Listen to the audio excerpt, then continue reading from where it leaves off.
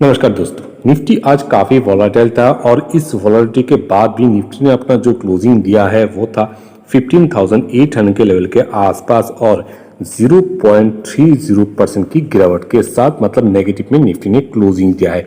तो निफ्टी तो वीक है और इस निफ्टी के वीक में वो कौन सा स्टॉक है जिनको हम स्लोली इम्प्लीमेंट कर सकते हैं, चलिए जानते हैं उन स्टॉक के बारे में और उनके लेवल के बारे में। ठीक है, और आगे बढ़ने से पहले जल्दी से चैनल को सब्सक्राइब करके बेल को दबा दीजिए और लाइक बटन दबाना मत भूलिएगा। साथ ही आज जान लेते हैं निफ्टी के जो टॉप गेनर और टॉप लूजर कौन है। टॉप गेनर में आप देख सकते हो Adani transmission, Bosch, Abbott, Dhani service, oil India, Trent, ONGC and Coromandel.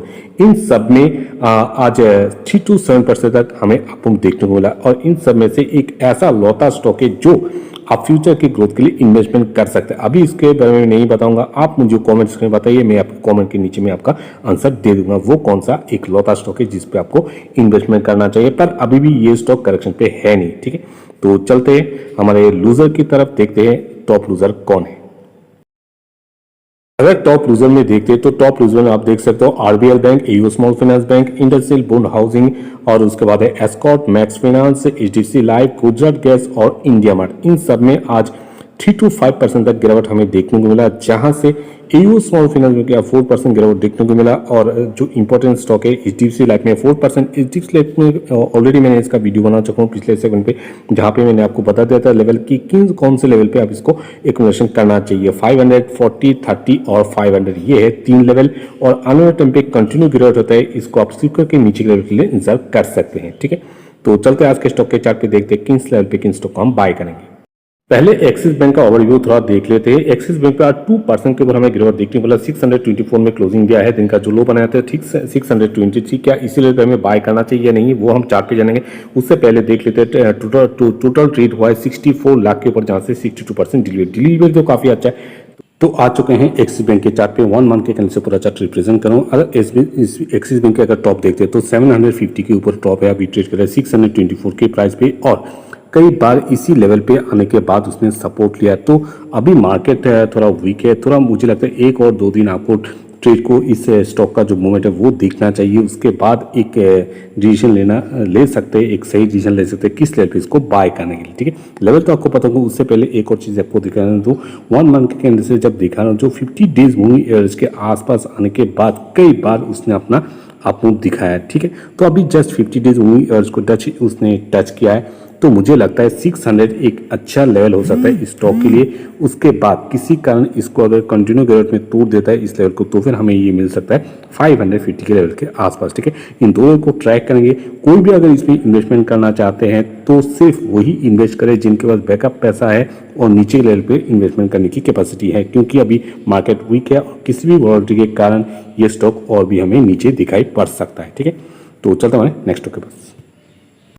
Marico एक ग्रोथ स्टॉक है जिसकी मार्केट कैपिटल 63,000 करोड़ के आसपास है। आज इस स्टॉक में 2.81% की गिरावट के साथ क्लोजिंग दिया है 474 के प्राइस पे। नीचे आके देखते हैं टोटल स्टॉक में हुआ है 10 लाख के ऊपर, जहां से 46% डिलीवरी है। चार्ट पे देखते हैं मेरिको की अगर लॉन्ग टर्म रिटर्न देखते हो तो CG return 10 year, CG return 22%, 5 years 15%, 3 years 10%, 1 year 25%। ठीक है, तो चार्ट पे चलते हैं।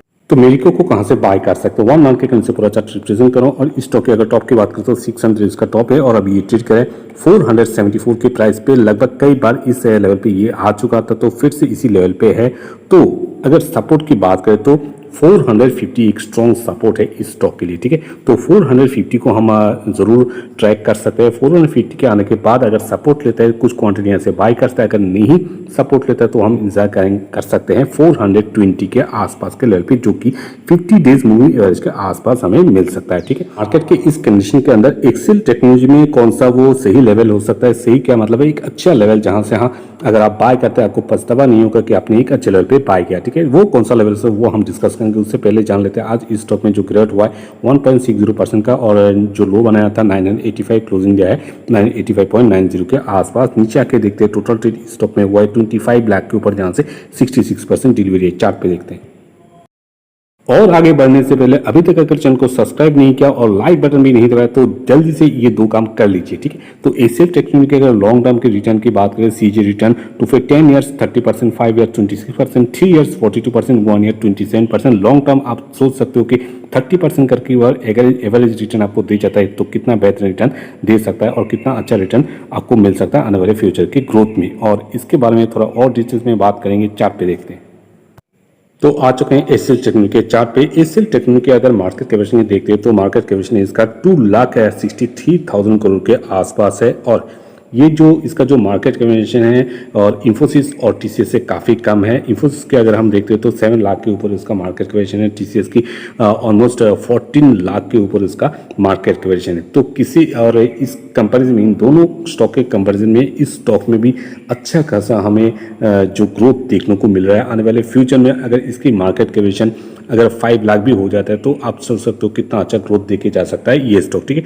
आपको अगर इसकी टॉप की बात करें तो टॉप है इसका ऑलमोस्ट 1370 के आसपास, 80 के आसपास, और अभी ट्रेड करे 985 के आसपास। अगर स्ट्रॉन्ग सपोर्ट की बात करें तो स्ट्रॉन्ग सपोर्ट है इसका, यहाँ पे आप देख सकते हो 900 के आसपास। तो मुझे लगता है इंतजार करना सही रहेगा अपने टॉप से।